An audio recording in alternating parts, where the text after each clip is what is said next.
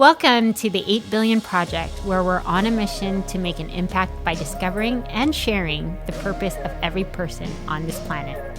I'm your host, Liza Florida. Enjoy today's episode. Hi, everyone. Welcome to the 8 Billion Podcast. I am your host, Liza Florida, and today we have a special guest, Mr. Orson Wells. Orson Wells, for 20 years, has dedicated his professional life to developing high-performing leaders, individuals, and organizations. He is a coach, trainer, and advisor that has worked with business leaders at the highest level to help them overcome the challenges of leadership, improve their performance, build a confident resilience, and reignite their passion for purpose. He has started a new course called Ambitious Goals, which I will have him elaborate more on.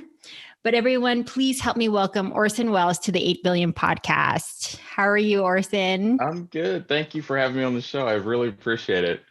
Yeah, this has been long overdue. We've been trying to get this recorded for so many months now, and life has been really busy. So I'm glad you're finally on here as a guest. Yeah, I do. I was actually really excited to be on this show because I just like the whole concept of thinking about there's 8 billion people out there to help, to serve, to, all of that. And I just, even just by the name, I really just enjoyed the concept and would look forward to being on the show. Yeah, I'm super excited about it because everyone's all like, the premise is all about following your purpose and your passion. So some of my questions are going to be a little bit different than most podcasts. So I'm open for it. So you're open for it.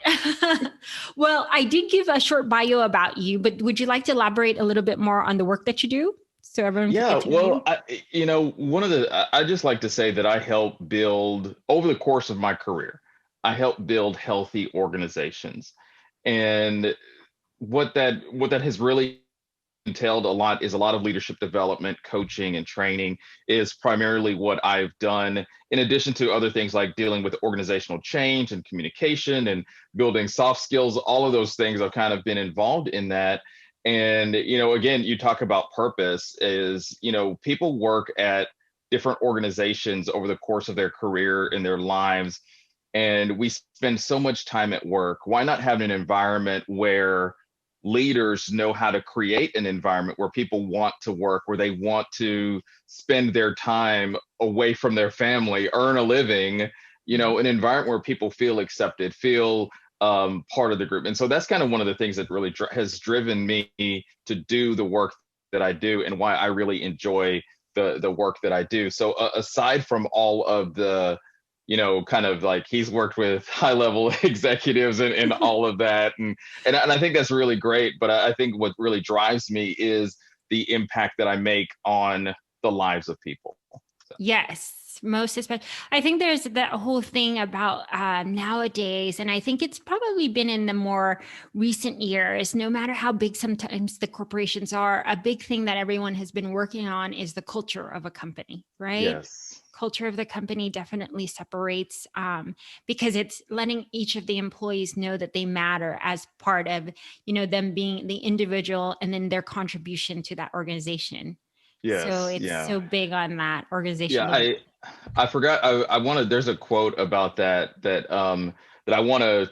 I forget to. I don't remember who exactly said. I think it was Peter Drucker or somebody, but they just basically said that culture eats strategy for lunch.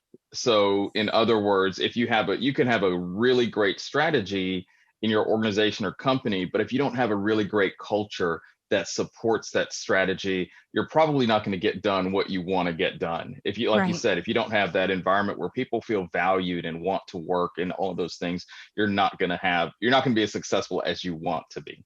Yeah, absolutely. I've been in and out of corporate America, and the corporations that I have been a part of, that have been memorable for me, have been the ones that have really instilled culture in there. Yeah. Yeah.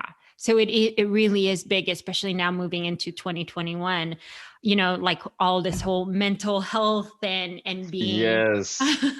Oh my gosh. Yeah. Yeah. I mean, I think that's a big thing. I mean, and I've been thinking about going into next year, just the challenges that whether you're the head of a nonprofit or a large Fortune 500 company, the mental health of the people that you work with, the satisfaction, the value that they put into work is going to be so much more important, because I think everyone has had kind of a little paradigm shift on what's important nowadays based upon what 2020 has brought us.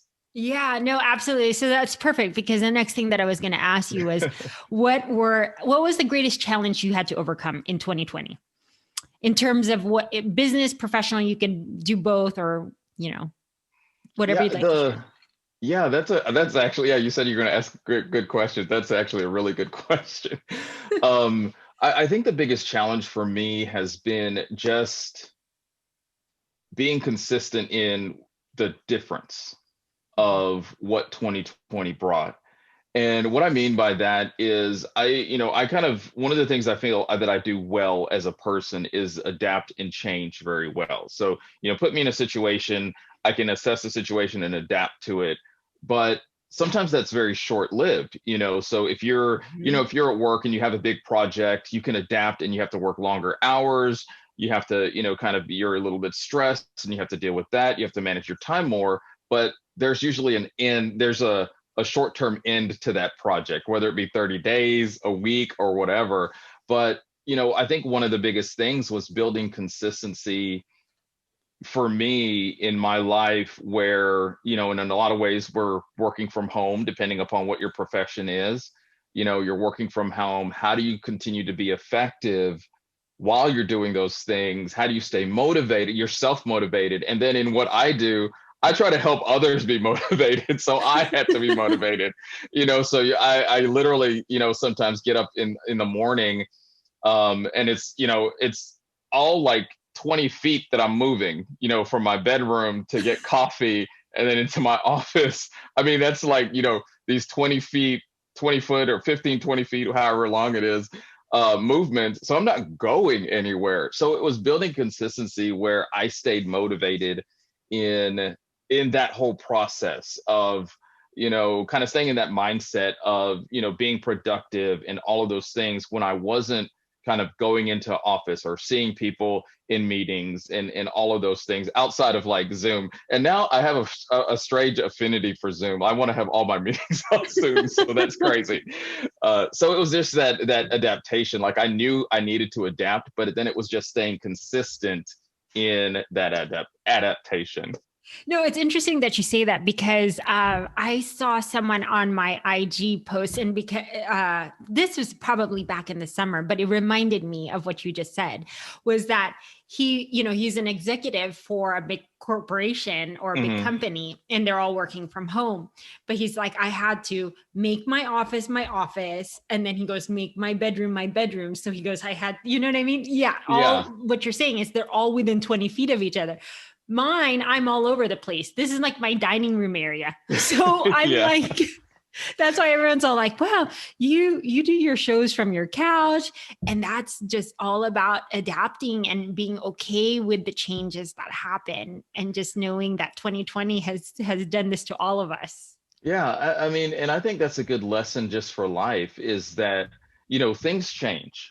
And when you adapt, it's like, okay, this is, and I sometimes don't like the phrase of not like the new normal or a new reality, but this is what I have to deal with right now. How do I make the most of it? And I think that's a big question that you're constantly asking yourself on how do I make the most of this new situation, whatever those cards that you're dealt are, how do I make the most of that? I think that's a big question that that we're constantly asking ourselves, and one that I always ask myself, going as you go through all of these changes. Yeah, most definitely. So, yeah, no, I appreciate you sharing all of that, because and I think that's what I try and capture here on 8 billion is the authenticity of everyone in terms of like how they're trying to navigate through their normal Hmm. lives. You know what I mean? Where we have this whole profession, but we're still like human beings. We still have families, and we still have, Yeah. you know what I mean? And I was just thinking about that because uh especially that 20-foot thing, like literally I'd knock on my son's door at 7:55 and he'd just go like this and then turn on Zoom. But that's how much life has changed this year. Yeah, absolutely. No, and I love that you said like, because I think about, even though I am in this space of what I do is I help other people. So I help them be productive. I help them with mindset. I help them be, more effective in what they do. And so you have to live like kind of in a motivational space. And so sometimes it can seem like I don't need that same motivation Right. and all of that. But to be, like you said, really authentic, it's like, you're absolutely right. Sometimes you get up in the morning and you're like, why am I doing this? What am I? I have a meeting. Oh no. Or okay, what do I put on? What do I, you're going through all of those things. And I mean, just even for me in my space, it's the same struggle sometimes that I'm helping someone else with, because one of the things I had a lot of conversations about, especially in the beginning of this whole thing, you know, we're almost approaching a year ago, is just the whole concept of staying motivated and building a new routine and all of that in your work, staying organized to do all of those things. And while I was helping others, I was also struggling with that myself. Yeah. How do I, get a good to-do list? How do I make sure that I stay on task, stay motivated? How do I not get distracted by, maybe what's going on the news or all of those things are things that I was also dealing with. And, I love I love being authentic, first of all, and kind Mhm. of being like, I'm a real person as well. And I was having a lot of those same struggles. And so it allowed me to identify where people were really at. And I think that's what's really important, is the whole concept of empathy in this whole journey that we're collectively on this journey together. A lot of times, um, Lisa, you would have problems in your life and you had your problems. I would have problems in my life and I would have problems. But 2020 kind of brought us together with a collective issue. We all experienced it very differently and we went through things very differently, but we had something to kind of rally around and have a little bit more empathy for one another. At Yes. least I hope we did. I know in some cases, if we watch the news, we didn't have empathy for one another, but in a lot of cases, I think we do have empathy for one another and saying, oh, you're struggling. Oh, you're a little late to the Zoom meeting, or you're a little, you didn't Hmm. get that done. I understand. Let's kind of talk about how we catch up and move on. So you have a lot of those kind of conversations, and but it's that we were going through it together, and I think that was Yes. really important. Yes. No, that's really a great point that we all went through it all at the same time. Yeah, Yeah, for 8 billion of sure. us. 8 billion of us. Yeah. Exactly. Exactly. Well, a lot of people will probably wonder how we met. We actually met through Brandon T. Adams, a mastermind group that we've both been a part Yes. of for the last couple of months. I think we still have another 30 days to go, but it's been amazing to be teammates. All right, we got to know a lot Absolutely. about each other. But one question that I wanted to ask you, and I don't know if I don't think I ever asked this. The first week Brandon told all of us to get to know each other, he said, find something out. Okay. He said, learn something about the other person that you didn't know. So I am going Yeah. to ask you, because I don't think I ever asked anyone in the group. Could you tell us Okay. something about yourself that no one else knows? Oh gosh. I told you this was going to get interesting. Yeah, no, it is. It really is. Let me see. Well, it's let me think. Let me think for a second. Well, I Yeah, I I would can have you go say back to that question. I can ask the next question no, if you'd no, I like. can no, no. I think I have, but it might not be that no one knows this. It's just that it may not be apparent to a lot of people unless you've known me for a long time. Okay. Um, is that by nature, I'm probably more of an introvert. So, in other words, I don't need to be around a big group of people. I don't need to socialize and talk to people. I don't have a psychological need for that. I mean, past the base level, of course, I love people. I love interacting with people. That's one of the things that drives me, is really helping people. But outside of when I am helping people, I'm a reader. I'm quiet. I journal. I do activity. I'm fine, traveling by myself sometimes and doing those kinds of things. And it's like, even with my wife and I, she's very social.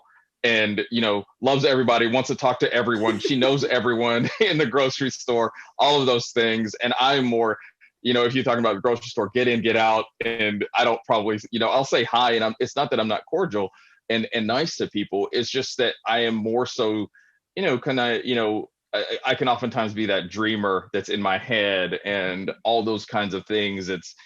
But sometimes that doesn't come across, especially when someone sees me in my professional setting. Yes. If I'm speaking or on my podcast, or even when I'm coaching them. And even in the way I speak, I'm very animated and I use my hands sometimes. But then if you saw me outside of that, I'm probably more quiet or reserved, or in all of those things. So that's something that doesn't necessarily come across all the time, but it's also a nod to that. Oftentimes what we see of other people isn't necessarily the totality of who they are. And I think that's an important thing, and that's what you learn by getting to know people. Yes, absolutely. And I'm trying to do this in a short podcast video so people will get to know you or a different side of you. Oh Actually, that's yeah, I love interesting. it. That's interesting that you share that, because I'm very much like that too. So I'm very animated, social, and you can throw me in a social setting and I'll socialize with a lot of people. Yeah. But on the other side, in private, I spend a lot of time alone. I meditate, I read books, I do a lot of things by myself. I'm very independent person. So Yeah. yeah, of course, when I was younger, I probably socialized a little more, but adulthood has tamed me a lot more. So Yeah, I actually, for me, it was a theme that ran through my life. I was really shy growing up and didn't really talk a whole lot. Well, when I say talk, I wasn't very social. At home, I was very loud, with my family. But when I got to school, I was kind of in that environment. It was very different for me because I wasn't as social. And it's something that I learned to do. So very much like you, in a social setting, I can do what I have to do, but at some point it's like, okay, I'm tired. yes, right. Let me find one person to talk to. Right. No, and in a lot of, I was just wanted to share this because a lot of people don't understand when we do a lot of camera work and recording, it takes up a lot of energy because of the focus that Yes. has to go into it. And a lot of people were asking me like, oh, you're so great live streaming. And I said, yeah, but I'm completely drained after 1 hour. That I literally, like, after a live stream, after being in front of so many people, like I retreat back to my, like resting, or Yeah. even prior to that, the whole day, if I have a live stream at night, I'll do everything by myself, because even just in that 1 hour, it takes up so much energy to, Mm-hmm. like be in front of camera. You've got to think of your thought process and the words that you have to say. So it's really interesting, like, like what you're saying. On one side, you're an introvert, but then in front of camera, people would be probably surprised where they Yeah. say, yeah, that you're probably more on the quiet and shy side. Yeah. Well, and the thing about it is, what I've learned over the years is that, because I used to do trainings and I hadn't really done full day trainings for little while, but I used to do trainings that were a full day. So now imagine, you do an hour live stream or a full day of training where you're in front of people, you're working with people, and sometimes it'll be consecutive days. And like one of the things that I learned is how to recharge. And I think that's very important, especially for people that are in front of people and doing things, especially if they're more introverted, wired to be introverted like you and I, is that you take some of that downtime, that you make sure that, once you say goodbye to the last person, or you turn off that live stream, that you have that downtime that allows you to then recharge, and then you can come back fresh the next day and do it again. Because if you don't, then you'll get a little bit stressed, and you won't Yeah. be in the right mindset to go back and do it again. Yeah, that's what I was saying. Oftentimes, a lot of people were really surprised at how I was in front of camera, and then like how I retreated. But a lot of it is a lot of energy going back and forth and dealing with Yeah. so many different people, right? And so that takes up a lot, whether you're in front of camera, in front of them, or not in front of them, and even just the energetic exchange. So you definitely have to recharge. That's what a lot of people don't Yeah, a understand lot of from people it. don't realize that, especially if they're, having to be in front of people, or they don't do it a lot. Yeah. Yes. Absolutely. Outside of your profession, is there something in life that you'd like to do? Um, well, I mean, quite honestly, one of the things, like I said, I, especially when I was younger, read a lot of different kind of like novels and different things like that. Um, and this is kind of, I guess, connected to my profession is traveling a little bit more. One of the things this year that I've gained a little bit more of appreciation for is the ability to travel and see the world. Um, because you think about, well, actually, when I was in and this is amazing to me when I think about it now, because I think of junior high kids, and I would never send them to Europe. But when I was in eighth grade going to ninth grade, that summer, I begged my parents to take the opportunity to go on this trip to Europe. And it changed my life. It gave me a bigger perspective on the world. I remember, begging my parents. There were meetings that you had to go to before. It was a group from my junior high school. Some of my classmates, some of their parents were going. It was coordinated by one of my classmates' parents, and then it was some kids from another junior high school. So it was probably ended up being about 25 kids that went, and then several parents went. And I didn't really understand the value of money back then or what it cost. But I kind of begged my mom and dad to do that. And um, even though I think you're eighth grade, you're what, 15, going on 16-ish, somewhere around there. Yeah. I was young. I had the opportunity to go to Europe, go to 16 different, or 16 days. I think we did about 10 countries. See all of the major sites that everyone kind of knows in Europe, and have this whole experience. And while I was even that age, I appreciated it, but I don't think I didn't appreciate it like I would now, like seeing the Eiffel Tower, seeing the cliffs of Dover, seeing all of the different things, going to Venice, all of those different experiences that I had. And I think when you travel, when you see something outside of what you see every day, it makes you grow as a person. It makes your vision expand. And I've realized that my world was bigger than, imagine, Texas. Texas is a huge state. My world was bigger than the Texas where I grew up, in the Houston area where I grew up. And I think that as one of the things, even going through this year, that I want to do more of is travel and kind of see the world and see those things. I've done a fair share, especially here in the States, just through my work and different things like that. But I just have a different appreciation for it now, and want to go and really have the different experience and see some of the things around the world, and I have a greater appreciation for it. Yeah, see, sometimes it's some of those questions that you ask that help ignite something in a person, to remind them of different things that's what I was saying, because we get into the hustle and bustle of work. And I know it's been such a challenge this year for everyone to create a routine. But I think that sometimes a big part of us trying to get over these major challenges is to actually dream a little and just like expand your horizons, right? And that's amazing that you got to do that at such a young age. I hadn't been back to Europe since, but it's definitely something I want to do. It's definitely on the bucket list, right? Yeah, absolutely. Absolutely. So what are you excited about in 2021? Gosh, thinking about this year and everything that's happened, and this is just me, is one of the things that I'm really excited about. I took, one of the things that I kind of stepped out to do was expand my reach in the world, if you will, and driven by my desire to help people. And one of the things I was, and I think the best way that we can help people is using our gifts and talents to help people.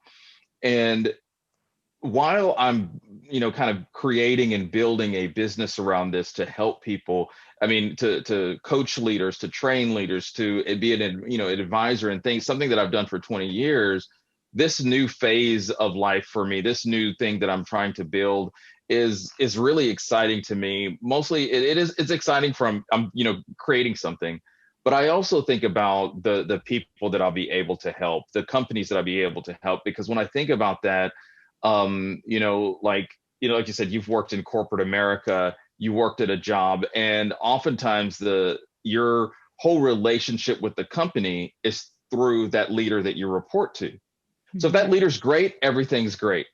If that leader is effective, they communicate well, they empathize well, they give you what you need to be successful in your role, everything's great. But when you don't get that, that is one of the centers of stress for most people. And they go home and then they take that home. And then they take that stress and they pass it around to their families through just behaviors where they're just stressed. They're stressed from that. And the source is that place where they work. And so I'm really excited about helping leaders create environments where people want to work, where they want to be involved, where people want to opt in. And even whether I'm thinking about like entrepreneurs building a business, I'm thinking, about, even in nonprofits where you have people that are not paid, that are volunteering. How do you make those volunteers feel like they're valued? Like, they're coming and doing things, and you're paying them nothing.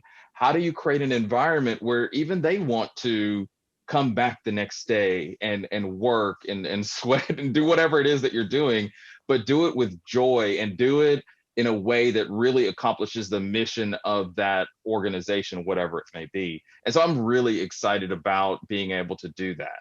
And to be able to share that on your course, right? Yeah, absolutely. Yeah. It's all kind of tied together, and that's kind of just one of the things that drives me personally. Of course I'm ambitious from a business standpoint. I'm competitive and ambitious there, but when I really look at the value and what you can actually impact, I really think about how you help people. Could you tell us a little bit more about the course that you created, the ambitious? Yeah, it's a ambitious goals course. Ambitious goals course. And yes, so, I was getting the title. oh, it's okay. So my ambitious goals course, I created it based upon all of my years working in, that I've worked with or within organizations. And I oftentimes would help kind of in the strategy setting. So I, worked in organizational development, and it would be from the individual level, helping them create their individual goals for the company, but then also at the executive level, helping design those things and think about things, and then say, how do we take this large goal and apply it to the the very frontline associate? How do they feel like they're part of this bigger mission? And so I took all of that experience and I put it into a course that really helps people go through a process of setting their goals, having the right, and it starts with, having a big dream. Right. What is that big objective? What do you want to do? And then we talk about the mindset of really going after an ambitious goal. And some of that ambitious goal is that big thing that's sometimes even bigger than you, something that you want to, but it's also unique to the person. For me, my ambitious goal may be to lose 10 pounds. But to you, that's not ambitious for you. You want to go and climb Mount Everest or whatever it may be. And so we're unique in what's ambitious to us. But the thing is just about that is that it's something that excites you, that makes your life better, makes life better for someone else. And then it's really going through some of the things we already know about, really being, really specific about our goals and the things that we want to do. But where the real work comes in is then developing a plan for your goals. And that's really where most people fail, is they say, and I just use the thing about losing 10 pounds because we're at the beginning of the year and that's such a common goal for people. So I'm just putting that, using that as an example. And oftentimes people will say, I want to lose 10 pounds.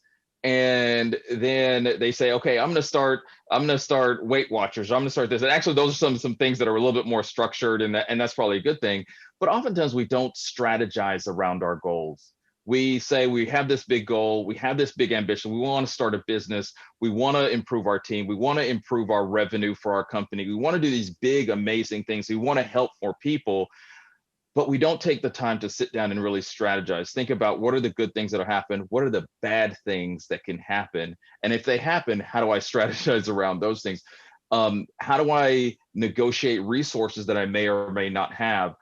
All of those things. So I put all of these thoughts into the course, and even things like how do I negotiate resources, especially if I have a company, maybe from another department or from my landlord or from the community. What are some things that I need to do what are conversations that I need to do in order to get my goal done? Because if you have an ambitious goal, oftentimes it's not just going to be you involved in it. You're going to have to involve people in your life, in your personal life, in all of those things. One of the examples that I give is that, if you want to lose that 10 pounds and you have candy, cake, and cookies all in your house, you're going to have to negotiate with your family and anybody in your house and say, hey, can we get this stuff out? And can we at least kind of have an agreement about what our meals look like? And so it's about that negotiation and doing all those things. So I go through this process and then really talk about, how do you then really go after those really ambitious goals that you have? And I'm really excited for people to kind of to go through that course. And I did a soft launch in November, and really going to kind of push it back out, kind of starting in January, so people can get ready for their goals and really do something amazing and great in their lives. Right. 2021 is the year to rise, everyone. And I was just going to say that, Orson, I know you launched on Thanksgiving. However, did you want to go ahead and let the audience know if they wanted to actually take a look into that course, how to get whether you have a website for that course or how to get a hold of you? Oh, yeah, absolutely. You can just find the course by going to theorsonwells.com. And probably within the next couple of weeks, there's going to be a link there. Or maybe by the time this episode airs, there'll be the link will be up. I actually did through when I did the soft launch, I got some feedback, and then I made some improvements to it because I really wanted it to be something that people can really use as they go into this next year, because I just felt that so many people had these really great things that they wanted to do in 2020. And then March hit and everything changed. So what do you do when everything changes? Right. And you retool and you say, okay, I 2020 is a wash. Okay, it is what it is. Things happened and all of that. And I'm not minimizing any of the bad things that happened to people and in their lives. But how do you pick those things up, pick yourself up, and begin back in 2021 and really accomplish, really get centered on what those goals are? And that was kind of my driver for being able to do that. So it will be launching again live to the public in January. Yes, amazing. And I hope you guys all check it out. Actually, when you're theorsonwells.com, you can get theorsonwells.com, everyone, if you'd like to check out the course. But it's funny though that you were saying whatever you were saying at the end, it triggered another memory from a friend of mine who said something this year. He said something like, Lisa, people should have more goals than not getting COVID, because that became right? Yeah, I love that. That is so true. But if you think about it, that was all of our goals in the beginning. It was like, forget everything else you were doing. My goal right now is to not get COVID. And but that's the thing. And that's a nod to whenever you do have a problem, it just that becomes magnified in your life. But what do you do to transition out of that? I think is so important, because it's very easy to get stuck right there and kind of say, my goal is not to, I'm going to wear 3 masks and I'm not going to leave my house and all of those things. And I'm not minimizing anyone that's really struggling with that. But sometimes you can get stuck in that experience of the challenge, but you don't take those steps to get out of the challenge. And I think when you do have an ambitious goal, it begins to move you in that direction when you have something to look forward to. And that's what I hope for everyone. Me too. Absolutely. That's exactly why I have guests like you, Orson. And we are recording this right before the turn of the new year. So what I'd like to say is, thank you so much for actually being on the 8 Billion podcast. for sharing your insight, your wisdom with the audience, and hopefully one day 8 billion people as of 2023. But are there any parting words that you'd like to share with the audience, taking us into 2021? This will probably air in 2021, but it doesn't matter now. You've seen what 2020 has done, right? You could have the beginning, a new year in March. Yeah, absolutely. No, I mean, I think that's a great mindset as well. And, first of all, thank you for having me on. Again, I told you I was excited about it just because of the concept of helping 8 billion or reaching 8 billion people, helping them, motivate them in their lives and in what they do. I think that's so important. But yeah, just the thought that I would leave, kind of just continue the conversation we were just having, that no matter what's happened in this year, in 2020, as bad as it may be, there was lessons learned. There was things lost. Well, I think we all maybe lost something to some degree. Mm-hmm. But I always think about, if I'm blessed to get up every morning, it's a new opportunity for me to live, to thrive, to help someone. And so, and part of that is that if you have a big goal, if you feel like you have a big purpose, and I'm not talking to, it's not about go into my course or anything like that, but if you have a big purpose, your life is going to be so enhanced when you take steps to move in that direction and actually do that big thing that's in your heart, that and go after it. Don't be afraid of failing. Don't be afraid of looking crazy or stupid, because that's in there for a reason, for a purpose. And every one of us, 8 billion of us, have that purpose within us. And it's I think our life is a gift from God, and what we do with our life is our gift back to God and back to the world. So I encourage every one of your listeners to take advantage of this thing called life and live it fully every single day. I love that, Orson. What a great way to actually share what we wanted with the whole audience and take us into 2020. But I absolutely, from the bottom of my heart, I thank you so much for being on the show. And I hope to have you back one day again. Thank you. I'll definitely come back. Absolutely. I'll enjoy our conversation. I love these conversations. I love these interviews that are a conversation and not just me giving the points of something that I've said before, but it's an actual conversation. So I love it. Thank you. No, this is why I love what I do, because I like to actually ask so many different questions that are probably a little bit more unique than most.